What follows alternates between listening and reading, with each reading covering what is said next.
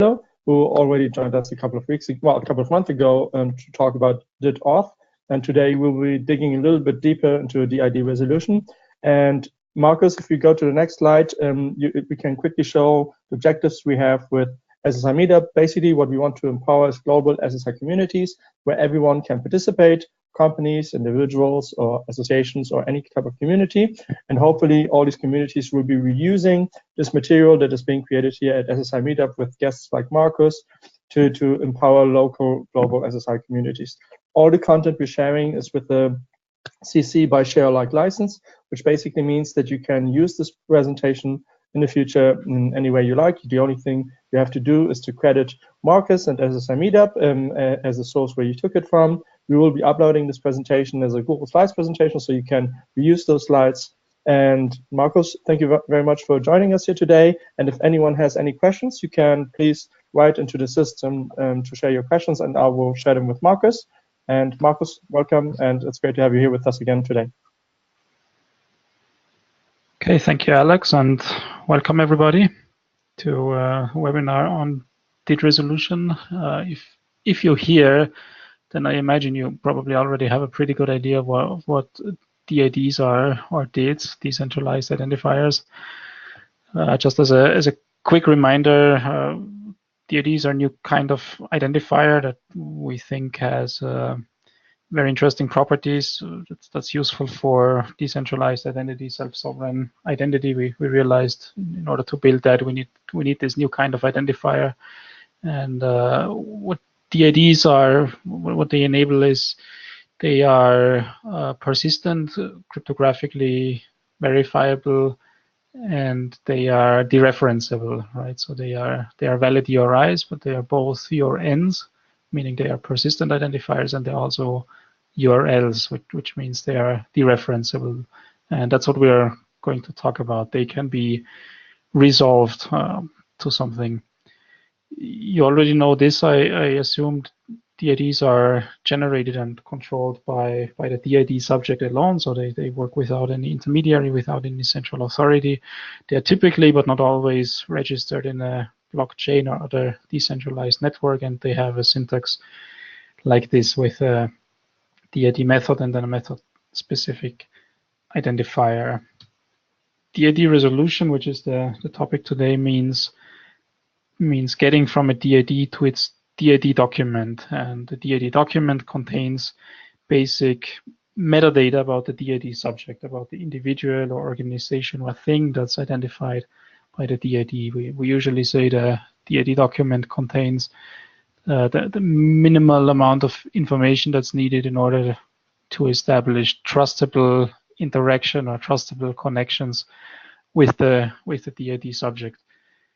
This basically means a number of items that we have here: public keys, service endpoints, and authentication methods. These are the three important ones. I would say the DID document can contain a number of other things: timestamps, proofs, other metadata, but most important items are most important things you want to know when interacting with the subject that's identified by a DID is what's the public key that's needed, obviously, for encrypted and authenticated communication, and what are the service endpoints, what are the services like agents or hubs or messaging tools or identity protocol endpoints or whatever. What are the protocols that can be used to interact with the DID subject? So these are the important things that we have in the DID document. This is the basis for all the higher level things like verifiable credentials, agents, hubs, DID auth, which we talked about last time. So the DID document and the DID resolution process, that's the basis for all those other things. In a way, this is a little bit like DNS resolution, where you have a domain name and then you get to an IP address. In the same way here, we start with a DID and we get to a DID document using DID resolution. In this process, we don't have any authentication or authorization. We say the DID document is completely public. And so how do we resolve it? How does that work exactly? Given the DID, given the identifier, how do we get to this document? One important thing is that this depends very much on the DID method. As I'm sure everybody knows, there are all these different DID methods, which are different ways how exactly the identifier is generated and updated and revoked and also resolved. There can be DIDs on Sovereign and on Bitcoin and on Ethereum. There are even different types of DIDs that exist on Ethereum, for example. So even for the same blockchain or the same target system, there can be different kinds of or different DID methods, and these different methods, they have method-specific syntax, so they all look different. You cannot, in general, say anything that's anything specific about the identifier. If you look at the sovereign DID, well, it's half of the hash of the initial public key. But in the case of a Bitcoin DID, that identifier is something completely different. So it's tempting to say that with this identifier alone, you can do things like encryption or signing and or authenticating because it's somehow cryptographic information. But in general, that can be very different depending on the method. So don't make any assumptions on what exactly the identifier means. In order to do anything meaningful with it, we have to go through the DID resolution process, and that's different for each one of the DID methods. If we're now going to look at 3 different examples of how DID resolution works for 3 different DID methods, and we'll see how this is very different. First one here is a sovereign DID. In Sovereign as a ledger has native support for DIDs, but it does not have native support for DID documents. So in order to perform the DID resolution process, we can start with the identifier, and we can use the identifier to look up certain transactions that have happened on the sovereign ledger. If we look here, there are 2 transactions on sovereign. One is a so-called NIM transaction, which establishes the DID in the first place, and then there's an attribute transaction which adds some information to the DID. And the identifier that we start with is the identifier that we have in the ID property here in the resulting DID document. So that's the first thing that a DID resolver would do. It would start with the identifier, it would look up corresponding transactions on the sovereign ledger, and then it would start to construct the DID document. The DID document is not stored in a plain text form on the ledger. It's rather dynamically constructed by the DID resolver. So in order to get to the public key, for example, the public key that we have in the resulting DID document actually also comes from the initial NIM transaction. We see that here in the NIM transaction, there's a verification key attribute, which the DID resolver will map to an entry in the public key array in the DID document. And then if we look at the attribute transaction, which again associates some additional information with the identifier, we see that here's some extra information which is encoded in a certain way, and this is actually an endpoint. So the DID resolver will extract this information from the attribute transaction, decode it, and then dynamically generate a service entry in the DID document. And then in the end, we have the final DID document, but it took a number of steps for the DID resolver to actually come up with it, to construct it. Let's do another example. Let's look at the Bitcoin-based DIDs, so-called BTCR method or Bitcoin reference method. The Bitcoin blockchain neither has support for DIDs nor DID documents. So there's no built-in support for DIDs or DID documents on the Bitcoin blockchain. So in this case, the identifier, the Bitcoin BTCR DID, this is actually a pointer to a specific block on the Bitcoin blockchain, and within that block, it's a pointer to a specific transaction. So this is not a public key or a hash of a public key. It's an encoded pointer to a specific transaction inside a specific block on the Bitcoin blockchain. It even tells us whether it's on mainnet or testnet. So again, DID Resolver would start with this identifier, look up the Bitcoin transaction on the Bitcoin blockchain. At the same time, it would start constructing the DID document, setting the ID property in that document, and then it would continue to construct the rest of the document. In the case of the Bitcoin method, it extracts the public key that goes into the DID document. It extracts that from inside the specific Bitcoin transaction. The Bitcoin transaction here consists of one input transaction and two outputs.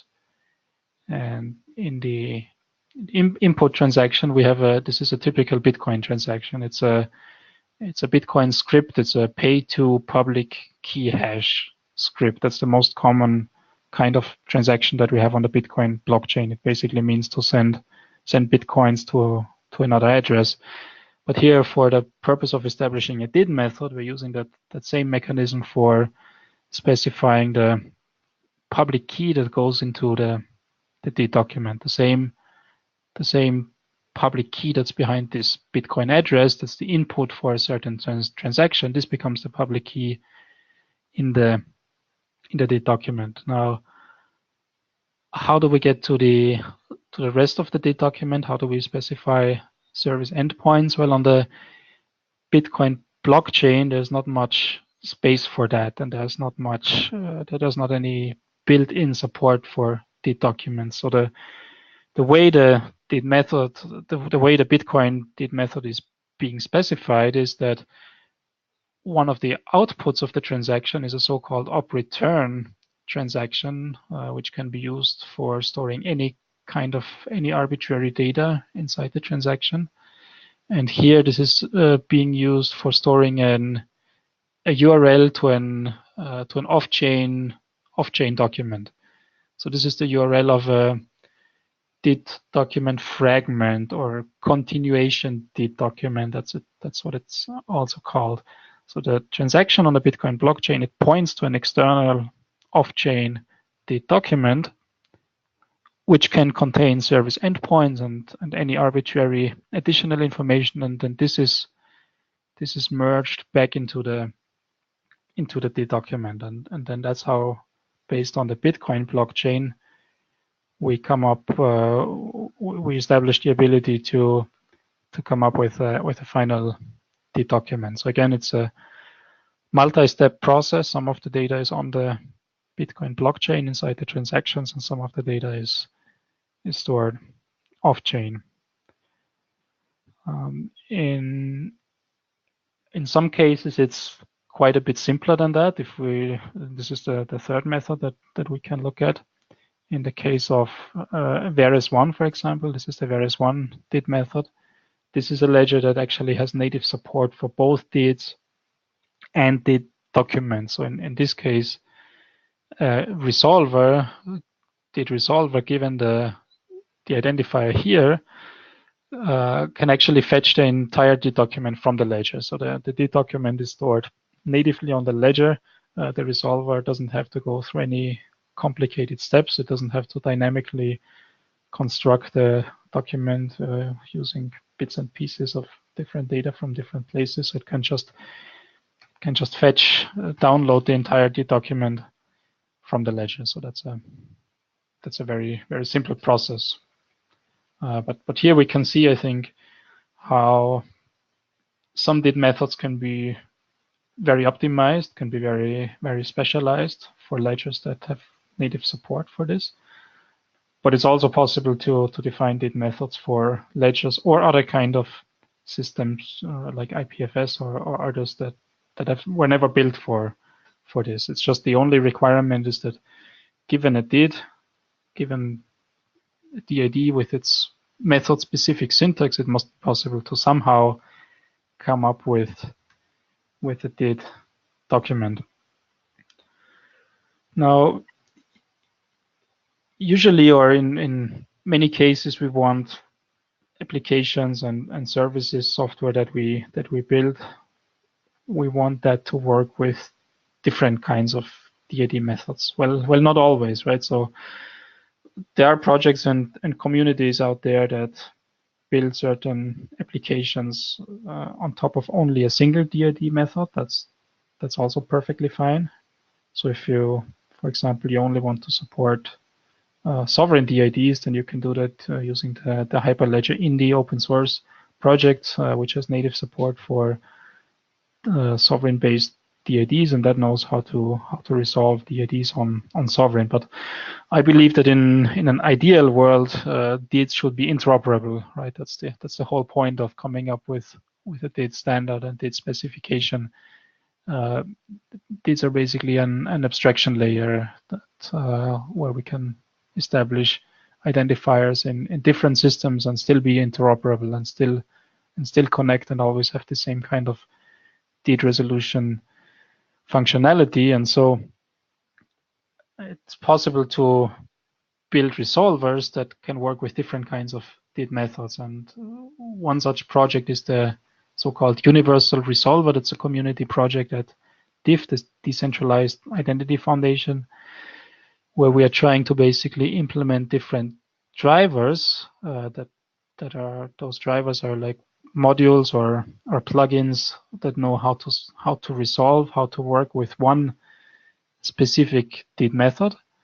And then we plug that into a common abstract generic API that we call the Universal Resolver. So an application or a service that needs to work with DIDs can use the Universal Resolver to resolve any kind of DID, whether it's on sovereign or it's on Bitcoin or it's on Ethereum or it's on IPFS. You can write an application that will always know how to resolve that DID. So that means that, for example, I could have a DID on sovereign and Alex could have a DID on Ethereum, for example, the uPort style DIDs. And then if we both use Universal Resolver, then for example, we could issue verifiable credentials and we could establish connections between agents or hubs, and we could exchange messages and proofs and other information, even though my DID is on sovereign and his DID is on Ethereum. If we both use a Universal Resolver that knows how to work with these different types of DIDs, then we would be interoperable. So it's really a pretty simple architecture. That's a concrete project at DIF, at the Decentralized Identity Foundation. There's one example deployment of this Universal Resolver here at this address, uniresolver.io. You can also download and build and run it yourself. And let's maybe take a more detailed look at the architecture. So again, we have for a resolver, and the same is true for other projects. So this is not the only project out there that's implementing DID resolution. There's also something called the DID client, a command line tool by Digital Bazaar that implements different methods. There's a JavaScript-based implementation of a resolver within the uPort project. So there are a number of different efforts, but generally speaking, they more or less follow the same pattern, where you have one universal API for DID resolution, and again, that is very simple. It only has one function basically. The only function is giving the DID. What's the DID document? That's the only function it provides, and behind the scenes, it invokes these different drivers to deal with the different DID methods. In some cases, such as the Veris1 ledger, which we saw has native support for DID documents. That one doesn't really require a complicated driver, because the resolver could just download the DID document, and it doesn't need any complicated logic. But this is more or less the architecture that we see. And then we have applications or services or any kind of software that's using this. So we think that at some point in the future, perhaps this functionality, this basic resolution functionality, will be as ubiquitous as DNS resolution, right? Every operating system knows how to resolve domain names. Perhaps we will see a world where every operating system or every browser will have built-in support for DID resolution.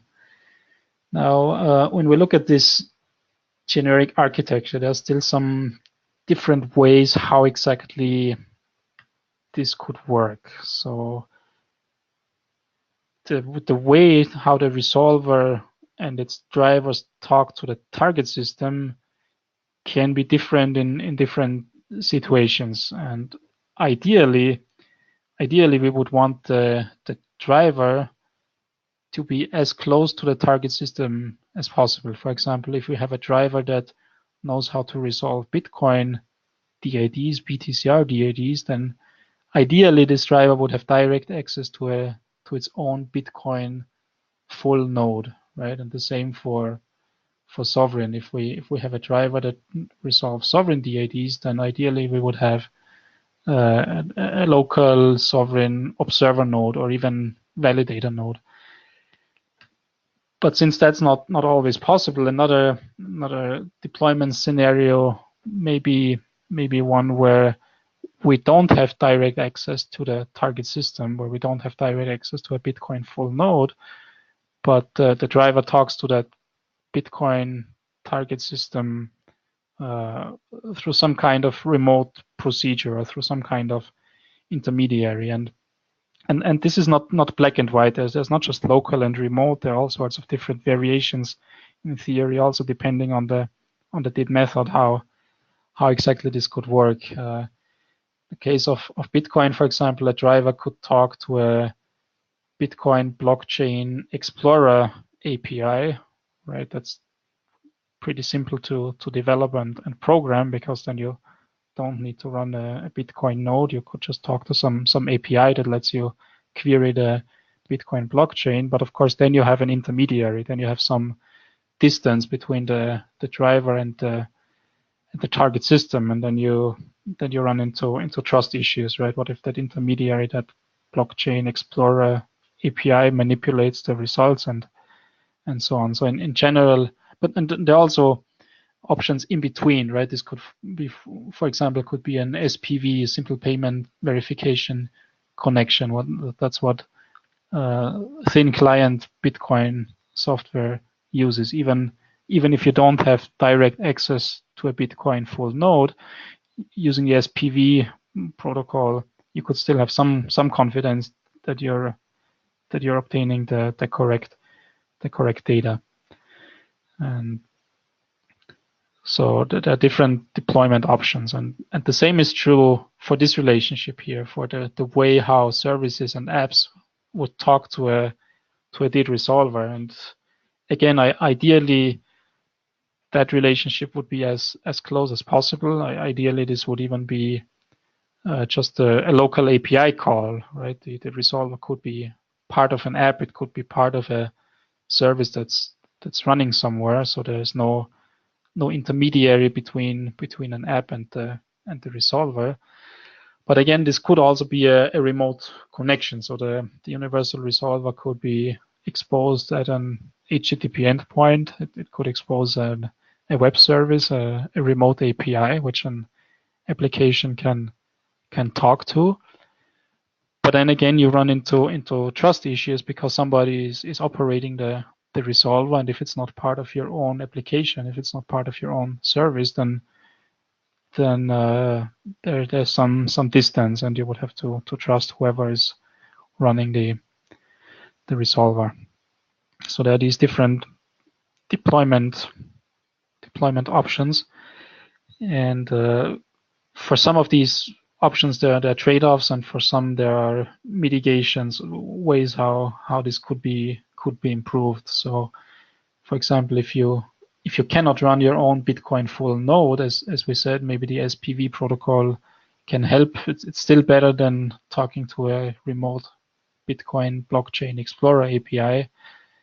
In the case of Sovereign, even if you're not running your own Sovereign validator or observer node, but you're talking remotely to the ledger, Sovereign has a feature called state proofs, where even though you receive the ledger result through an intermediary, there's a so-called state proof that still lets you verify that it's a correct response from the ledger.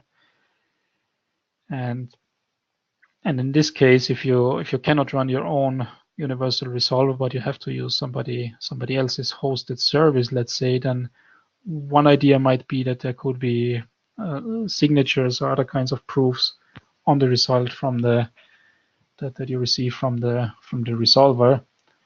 But then again, you run into questions of how do you manage those keys that are used for the proofs here. So it's a little bit of a redundant or cyclic problem, right? You sign something, the resolver could sign something, but how do you get that key in the first place, and then how do you rotate and revoke that key? So yeah, there are a number of things to consider architecturally when implementing and using a resolver, and there are really trade-offs and advantages and disadvantages of the different deployment scenarios. In the case of the DIF Universal Resolver, so this one concrete implementation that's done at the Decentralized Identity Foundation, the individual drivers can actually be configured to some extent. So here are configuration options for the BTCR driver, the driver for Bitcoin-based DADs. You can see one of the configuration options is how exactly will that driver talk to the Bitcoin blockchain, and it can connect to a local instance of a Bitcoin full node using either Bitcoin D or BTCD, but it can also connect to the Bitcoin blockchain using Bitcoin J, which is an SPV, the SPV protocol, or it can connect through this to a block cipher API, which is a blockchain explorer with all the trade-offs that we've been talking about. Okay, Alex, would it make sense to ask for questions? I have some more content, but maybe. Yeah, let us double check. Any questions from anyone so far about any of the things that Markus has been bringing up, or are you all clear? I mean, if not, I mean, I was wondering about one thing. From the different universal resolvers you've been explaining, why are they creating different ones, and are there like any strategic or market priorities about how they implement them? If you take, for example, the DID Universal Resolvers, do they have any specific priorities that they want to give priority to, or how does it work for the different systems? Yeah, so there are different implementations, different initiatives to implement resolvers. The one that we are working on at DIF, Decentralized Identity Foundation, that one is trying to make it as easy and as flexible as possible to add new drivers. So in this case, each driver is its own Docker container, so it uses Docker. Each driver is its own Docker container, which has the advantage that drivers can be written in different languages by different communities. So we see 10 or 15 DID methods, and each one of them could contribute a driver by just implementing a Docker container, which makes us very flexible. On the other hand, it's a pretty heavyweight system. So the DIF Universal Resolver, for example, would not be able to run inside a mobile app. So you cannot deploy it on Android or iOS because it uses this rather heavyweight Docker architecture. It makes it more suitable for operating it as a web service, as a remote web service. On the other hand, for example, the uPort implementation of a resolver, they are implementing things in JavaScript, so every driver is implemented in the same language. But I think that makes it more lightweight and makes it easier to integrate directly into uPort or uPort based projects. And then another one I know about by Digital Bazaar is a command line tool, so that can also be useful. Okay, great. It seems there are no. Oh, there's just one question that just came up. Nick is asking which real-world scenarios would be impacted by performance issues. Sorry, say that again. What was the question? Yeah, which real-world scenarios would be impacted by performance issues? I understand performance issues of these universal resolvers. Okay, so yes, there are performance issues or performance aspects associated with how exactly the resolver is deployed, whether it's local or remote, and then depending on how exactly it's implemented, but also performance differences between the different DID methods, right? So I think it's more of a question of which DID method one wants to use. There are all these different methods, and while they all support the basic function of resolving a DID to the DID document, because that works very differently behind the scenes, there can be a lot of very, very strong performance differences on Bitcoin. As we know, sending a transaction to Bitcoin and storing something on the Bitcoin blockchain can take a very long time and can be very expensive. Whereas Sovereign, for example, because it's a permissioned public ledger, it's more optimized for performance. And there's even a community now in DIF, in Decentralized Identity Foundation. It's working on something called side trees. So they are coming up with new DAT methods based on so-called side trees, which are very, very efficient ways of registering and resolving very high numbers of DIDs. So and that has done something to do with the real world scenarios and real world use cases that you're implementing, right? If you only need 10 DIDs because you only want to identify a few organizations and you only need 10 DIDs, then it's a very different use case than if you need many DIDs for many people or things. I don't know if that answers the question. I guess if not, Nick will say so. Okay, and that's it for the time being, I think, Markus. Okay, so I have a few more slides with basically things that we're working on now. There's no final DID or DID resolution standard. There are no production implementations, I would say. So things are still moving and evolving very fast. So I want to cover a few new ideas and things that we're working on right now and a few open questions. One idea is that we say that DID resolution is the process of getting from the DID to the DID document. So it sounds like a very, very simple function, right? We are thinking, however, that function could be extended a little bit by potentially allowing additional input parameters.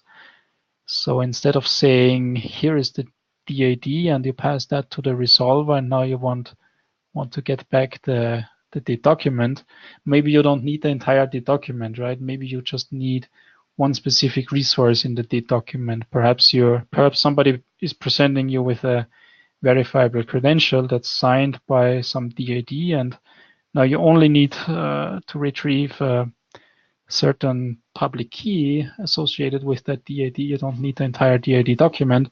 We're thinking that could be a function that could be supported on the DID resolver level. So you can tell the resolver, just return that public key associated with a DID, and I don't care about the rest of the DID document. And that could both help the application that's using DIDs, but it could also optimize internally how the DID resolver works, because it simply doesn't have to go through the process of constructing the entire DID document. And there's some ideas like that, right? Give me one specific resource, give me a certain public key of a certain type, or maybe we need an ED25519 verification key, you want to retrieve that. If you're doing DID auth, maybe you want to know what's the current authentication method associated with that DID. Maybe you want to retrieve a certain service endpoint of a certain type. You only want the inbox service for the activity pub protocol, for example, or you want the agent endpoint, or you want to retrieve a service endpoint by name. So the DID syntax also supports naming different service endpoints. And that could also be a way of querying a DID resolver. And then there are some ideas how, to the DID resolution process, we could, for example, request previous versions of a DID document. That could be an input parameter. And I'll talk a little bit more about that a bit later. And there could be certain caching behavior, whether the document could be cached or not. And for the DID resolver, there could also be an input parameter that controls this kind of behavior. And just like we think that there could be these additional input parameters to the DID resolution function, there could also be additional output information.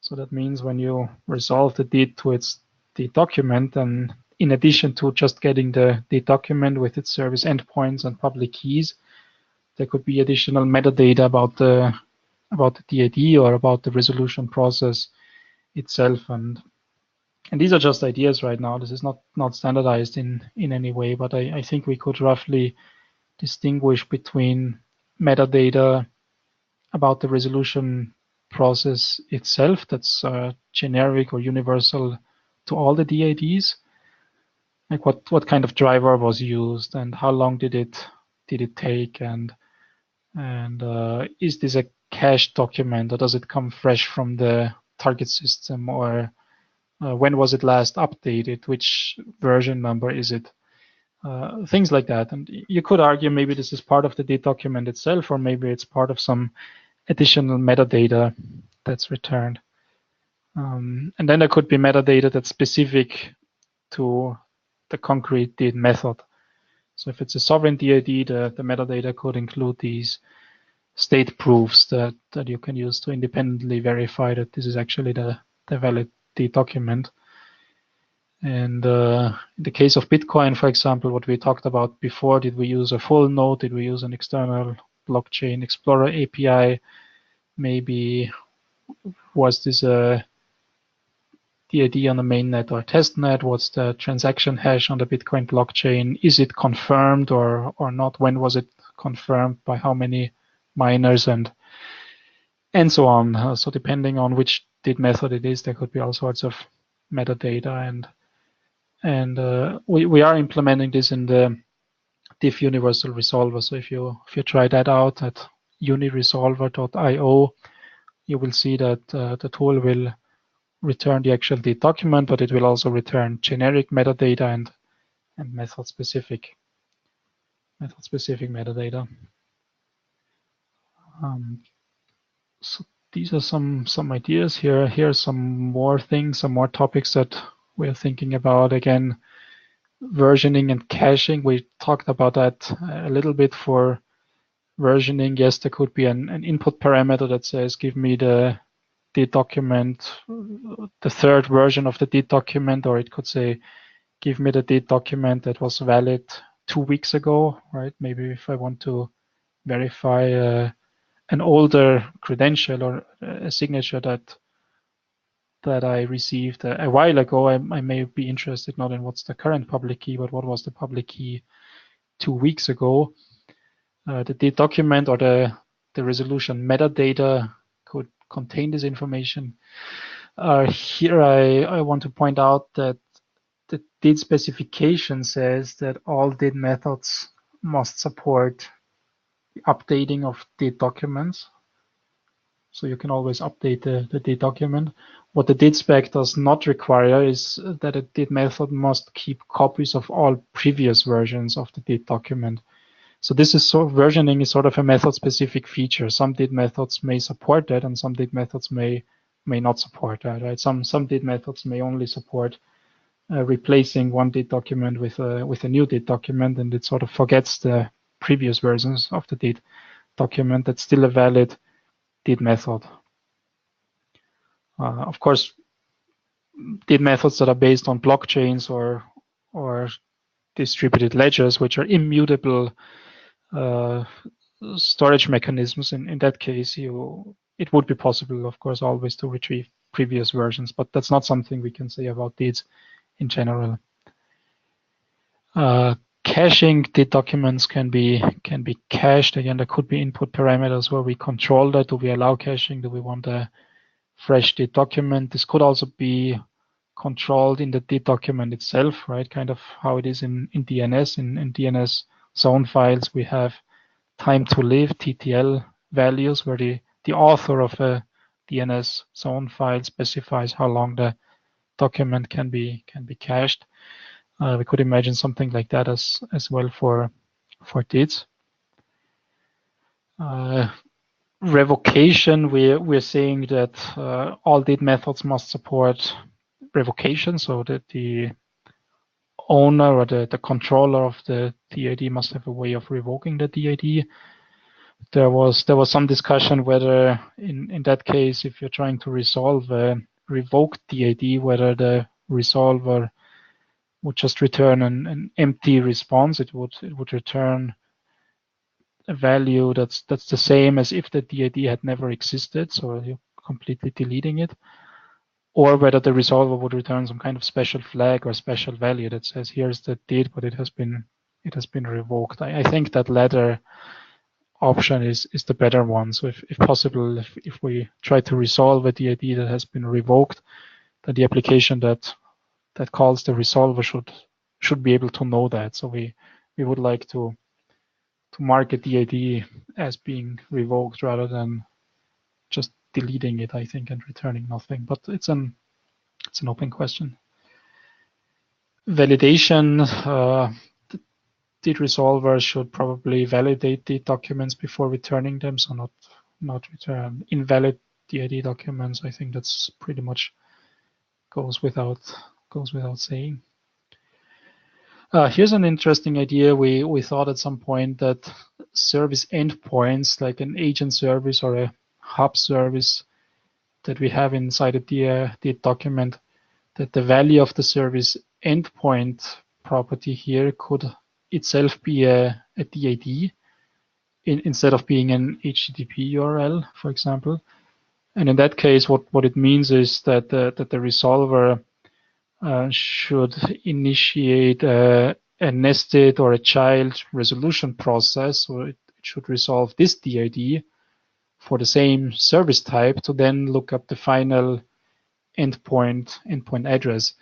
The use case for that is a scenario where you have many DIDs that share the same service endpoint. So let's say if you have 10,000 DIDs and they have one service and they all have the same service endpoint, then you could add this additional level of indirection in all these 10,000 DID documents. You could just point to one and the same other DID, which then has a service endpoint with the actual hub service.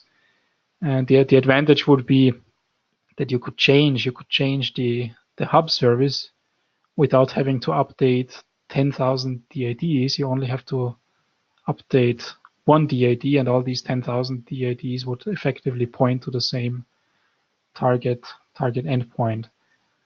So that's an interesting idea, which I think hasn't been implemented yet, but there's been quite some support for that. And so yeah, it's a little bit like a redirect, right? Like an HTTP redirect. You're trying to retrieve one HTTP URL, but it tells you go look somewhere else, and that's where you find the actual document that you're looking for. So it's a little bit like that. And this kind of functionality also has some implications for DID resolution process. There could be an input parameter, for example, where you say don't follow redirects or do follow redirects, and then in the result, in the resolution result, there could be some metadata about how many redirects did I follow, or things like that. So that's something we're still exploring. And then last slide of open topics or open questions, things that are still happening. Of course, very, very important topic of ledger DIDs, DIDs that are not stored on a public ledger. Specifically for sovereign, that's a very important or very strong concept. The idea being that for reasons of privacy by design, as an individual, I want to have many DIDs, right? I want to have pairwise pseudonymous DIDs. I want to have directed identity. That means for each transaction or each relationship or each website or connection that I interact with, for each one of my relationships, I want to have a new DID. I want to have a different DID. And if I only need a DID for one relationship, then the concept here is that I don't need to register that DID on a public shared ledger like the sovereign ledger or the Bitcoin blockchain. So there are DIDs that exist on what some people call a micro ledger or within a relationship state machine. That's basically a shared state between two people, between two agents. If I establish a connection with you, Alex, then I create a new DID and you create a new DID, and we use that for connecting our two agents.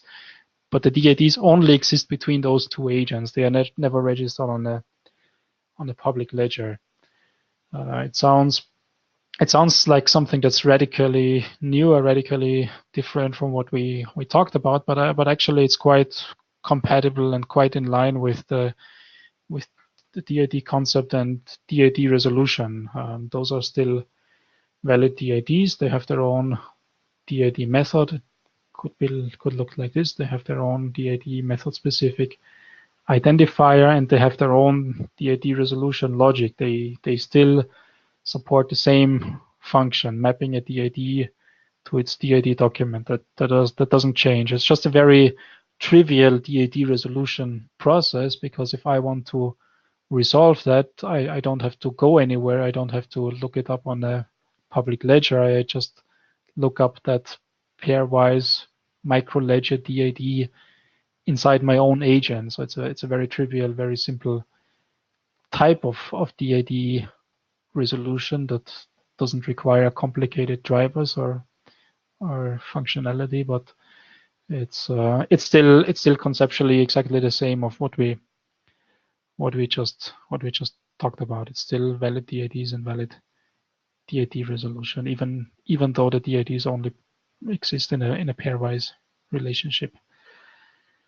Markus, there's a question here about DID aggregation and how the guardian concept is implemented.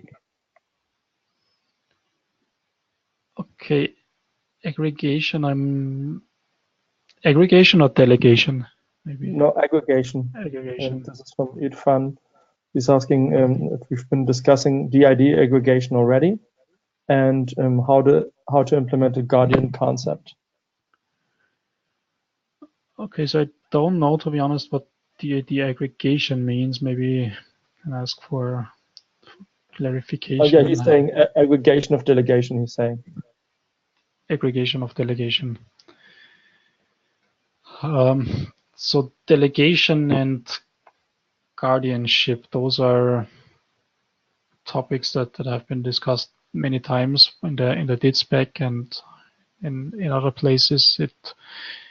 It means that the owner of the DID or the subject who is identified by the DID is not necessarily the same as the entity that controls the DID. There's been a lot of discussion about ownership versus control, right? In a guardianship relationship, for example, between a parent and their between parents and their children, then the DID may identify the child, but it's the parent that controls the DID. How exactly that is, and then there are many other variations of that, right? If I'm in a coma and I cannot answer requests to my identity, to my DID, then maybe temporarily control over my DID could be delegated to someone else. So there are lots of use cases, and there are also, to my knowledge, different discussions, different approaches how that could be done. It could be done on the ledger, and then it's a topic for DIDs themselves. So inside the DID method, inside of the DID implementations, there could be functionality that enables something like that. In early versions of the DID specification, we actually had fields inside the DID document that specified owners and controllers, and those could be different. And that got removed by now. But in theory, it's possible to add this information to the DID document itself. Who has what rights and what permissions do you delegate to someone else on the level of the DID document, of the ledger itself. Varus 1 supports that. So Varus 1 has something called object capabilities, and with object capabilities, that's a pretty powerful mechanism of delegating permissions on the DID layer. You could specify who is allowed to update the DID under what conditions, who is allowed to revoke the DID under what conditions. That's what object capabilities enable, and I know Sovereign is also planning something like that. I'm not sure what the current status is. Separate from that, we could also talk about delegation and guardianship and things like that on the service layer, on the agent layer, right? That's not directly relevant to the DIDs anymore, but that's another big topic or big area where we most of my interactions with my data, with my claims and credentials and identity, most of that happens not on the ledger, but it happens between agents or other kinds of services, and there could be a lot of constructs or functionality that support delegation on the agent layer. But on the DID layer itself, and for implementing DIDs, I think Varus 1 with its object capabilities is a very, very interesting and really leading initiative. I think that others could learn from. Don't know if that answers the question. I think it seems to have answered, and I'll let you know if there are more questions coming up. Okay, so I just have two more items. Basically, one question that we get a lot is when we implement DID resolution, we implement a DID resolver. Which methods should it support? Because is there an official list, or is there a governance body that decides which ones are the official DID methods? That's just a question that comes up a lot. The answer is we don't know yet. There's sort of an informal list or document in the W3C credentials community group. There's a DID method registry, which is what people are currently using for looking up and describing DID methods that exist right now, but that's not a very well-defined process. It's just some community consensus. What DID methods do we have right now? And then which ones will be supported by resolvers, and who decides that? It's really an open question. On one hand, you want to avoid a central authority that defines a list of official DID methods, right? We want to avoid that, but at the same time, we also want interoperability, so that if I use a certain DID method in my resolver, that other resolvers should support it too. So that's an open question, trade-off between achieving interoperability and also supporting individuals' needs and interests. And then finally, I just wanted to talk a little bit about names, right? Because DIDs are really cool identifiers. They are decentralized, persistent, verifiable, dereferenceable, but there's one thing that they are not human readable. You cannot remember them. So there's something called pet names, right? Local names that I could assign in my address book. I could have an address book with a long list of DIDs, but I never see the DID. Instead, I assign nicknames or local usernames to those DIDs. Chris Weber, he's really a proponent of that approach, and he said if a user ever sees a DID, then we have failed, so we should try to hide them somehow. There are also ideas, of course, of how human readable names can be registered in a decentralized way. There is Namecoin that has been around for a while. There is Blockstack that registers names on a blockchain. There is the Ethereum naming system.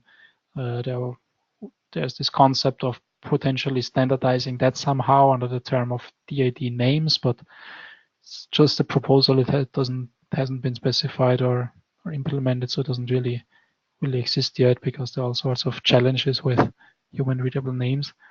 One thing we have done is we've defined a way how a DID can be discovered from a classic domain name. So domain names, of course, are not really fully decentralized and self-sovereign. They're a classic hierarchical system, but it works. So it's been around for a while. It's been quite stable. So some people think if we have a domain name and we can discover a DID, it could be useful in some cases with also some disadvantages, of course. First of all, again, it's not self-sovereign, and it's also not useful for privacy by design, right? If you start with a domain name, then it's one public identifier. Then, for example, it's hard to do these off-ledger, micro-ledger DIDs in combination with a well-known public domain name. But in some cases, it's useful. There's a draft specification. The Universal Resolver actually supports that. So the DIF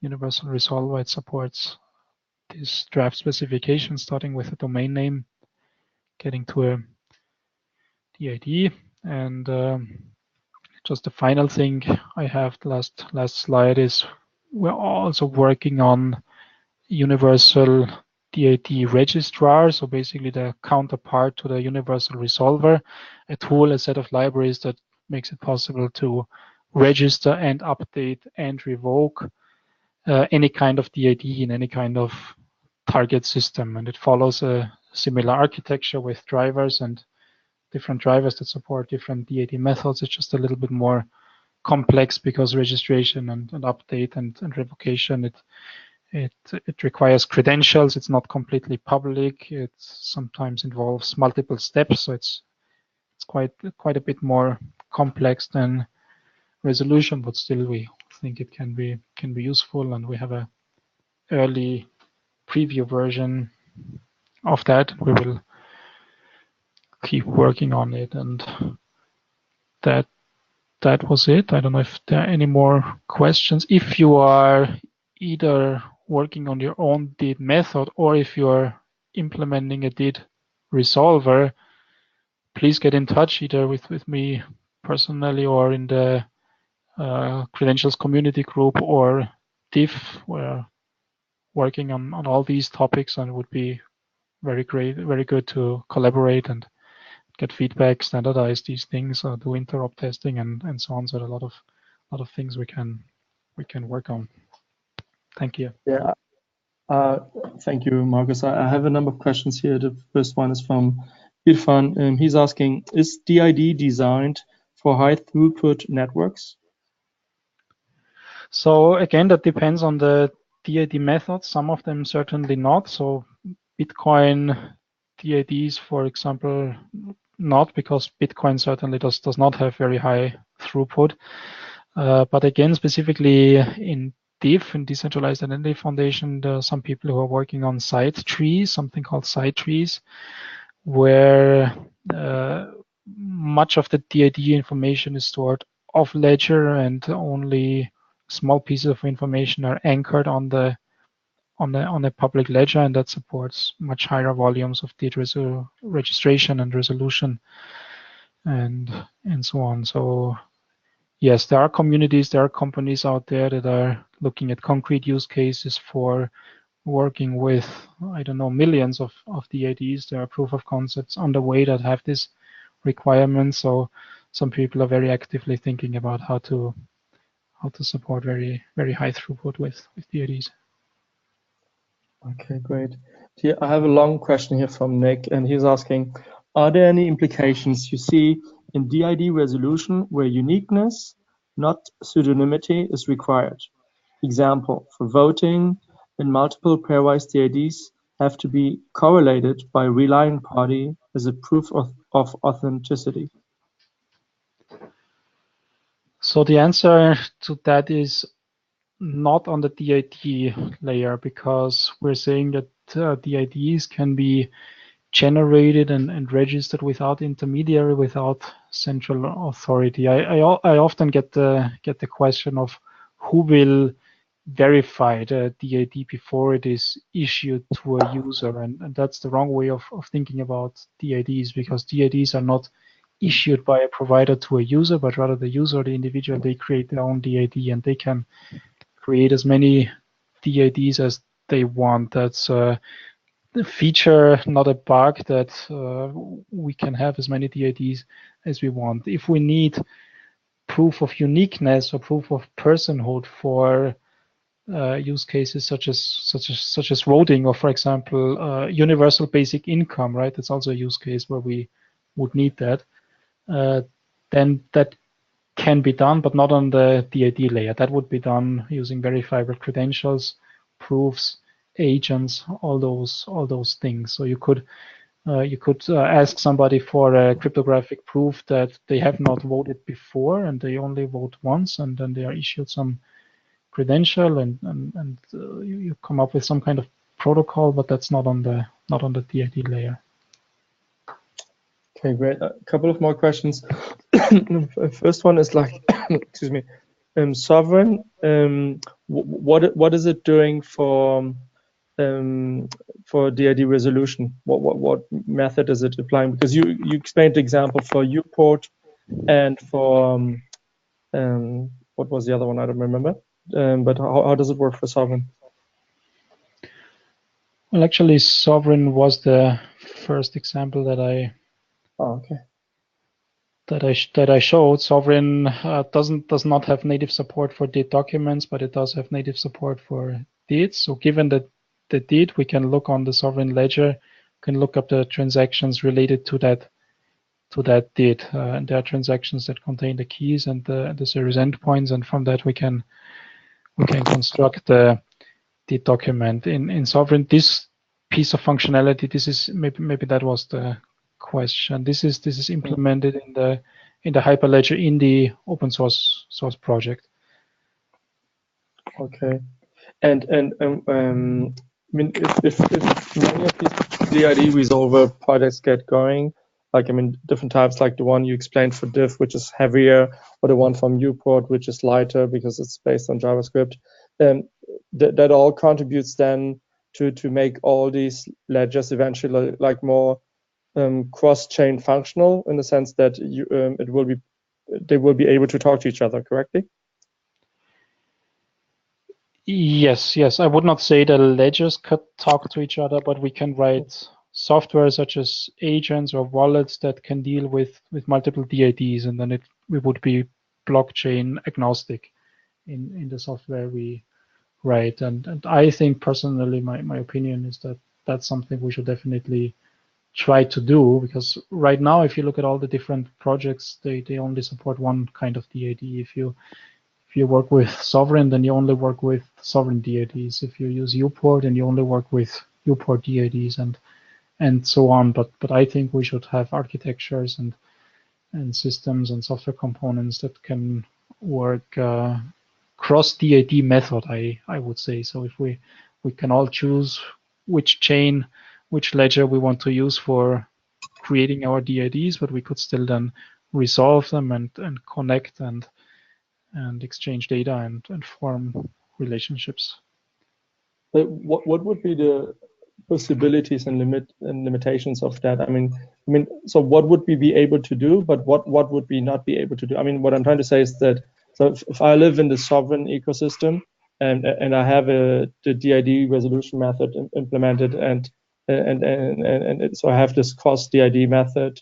But what will be possible? What things will not be possible? Because I guess that some important things will not be possible, right? Right. So some things that are right there. There's some functionality that's common to all the DID methods. That's the DID resolution part. But there are also things that are specific to individual DID methods. Like in Varus 1, they have these object capabilities. So Varus 1 is very strong when it comes to delegation or permissions. That's something that could not be done if you're on a different blockchain, if you're on Bitcoin, for example. In Sovereign, on the other hand, Sovereign is very strong when it comes to zero knowledge proofs and privacy by design, using advanced cryptographic signature schemes, Kamenisch-Lisianskaya signature schemes that, for example, only works with certain keys, with certain types of cryptographic keys, which you may not have if you have a Bitcoin-based DID, for example. So then we have different cryptography, and some functionality when it comes to credentials and agents may not be available. So yes, I agree. There are some things that could be harder or may not be possible depending on which DID method we use. Awesome. And if someone wants to get involved with all this work on DID resolvers, you already said it at the end, like they can reach out to you, but because all this work is being driven by the W3C community group, right? For DIDs, right? Yes. So yes, I probably should have included links here. Right now, the work on DIDs and DID resolution is happening in the credentials community group.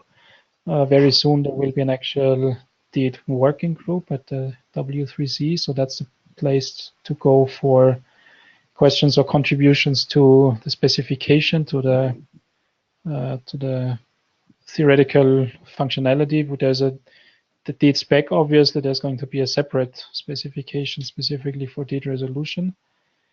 And for implementation for the DIF Universal Resolver, that's a DIF, that's a Decentralized Identity Foundation. I'm sorry, I forgot to put a link here. But if you're interested in working on a driver or also contributing code, implementing DID resolution or other kinds of DID related tools, then for actual code work, that DIF is a good place to get involved. Excellent. So yeah, I mean, I think if you want, once we upload the presentation to Google Slides to share it with everyone, we can update those slides with that information. And if there are no other questions right now, I think we covered everything today. And thank you very much, Markus, for doing this great introduction to DID resolvers. Our next session will most likely be on Thursday with Natalie Smolensky from Learning Machine, and she will be talking about use cases for the self-sovereign identity world. I'll be confirming soon if this is taking place. So please check out our Telegram group or sign up to our newsletter or Twitter, and we will be updating you there. And thank you very much, everyone who has been joining us today. And especially thank you, Markus, for taking the time for sharing all your knowledge again with us. Thank you. Thanks, Alex. All right.